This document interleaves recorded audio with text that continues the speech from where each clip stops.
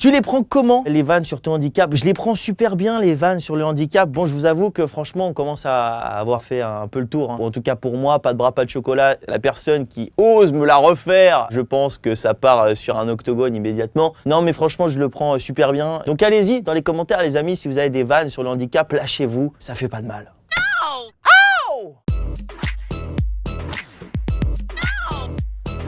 Quelle est l'histoire de Théo Curin? L'histoire de Théo Curin, elle commence le 20 avril 2000, quand je suis en train de naître, tout simplement. Et en 2006, je fais face à une maladie pas très sympa, la méningite bactérienne, avec un purpura fulminant. C'est une bactérie qui ronge un petit peu mes vaisseaux sanguins dans mes mains et dans mes pieds. Et pour me sauver la vie, il a fallu m'enlever les mains et les pieds. Et voilà, la vie de Théo Curin aussi, c'est un nageur qui fait pas mal de choses à côté de ça. Et puis je m'amuse, quoi, c'est ça. Et puis je suis dans la boîte à questions.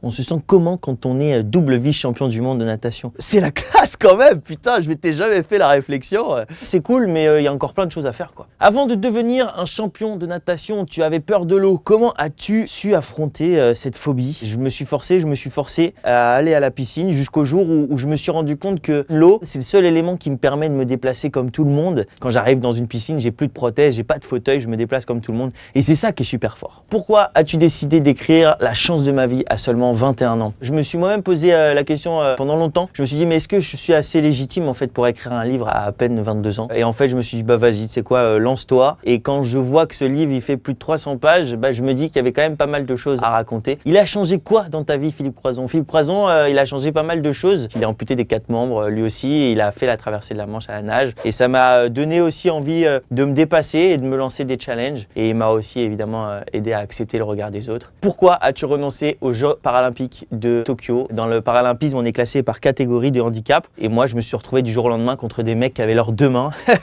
Pas besoin d'être un génie pour comprendre qu'ils sont un petit peu avantagés par rapport à moi. Et du coup, j'ai décidé de mettre de côté la natation paralympique et de me lancer mes propres challenges. Peux-tu nous parler de la traversée du lac Titicaca l'année dernière? C'était tout simplement un moment complètement dingue. On a nagé pendant 11 jours pour traverser 109 km. On a vraiment galéré à faire cette expédition parce qu'on a eu des conditions climatiques très dures. On a failli mourir plusieurs fois. Moi, j'étais parti là-bas pour faire un défi sportif, une expédition, mais jamais pour mettre ma vie en jeu. Et ça a été le cas. Donc, on se remet pas mal en question et on se concentre sur l'essentiel et ça fait du bien.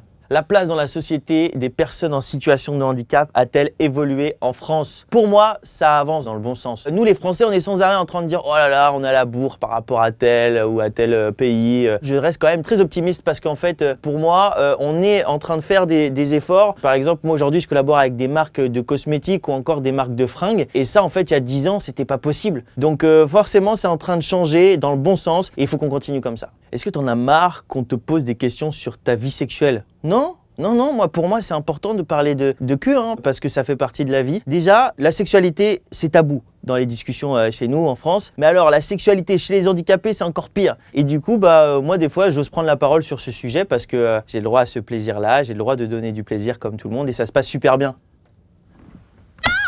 Je vais me niquer le front. Théo, il paraît que tu es aussi acteur. Il ressemble à quoi le rôle de tes rêves? Pourquoi pas un rôle un peu vénère, un peu d'action. Mais surtout, un de mes rêves, c'est de un jour aller à un casting où c'est pas du tout un rôle pour un mec handicapé, que ce soit un rôle pour un mec assez grand, avec des cheveux un peu bouclés, et c'est tout. Et que je décroche ce casting. Et ça, ce serait un de mes rêves, ouais.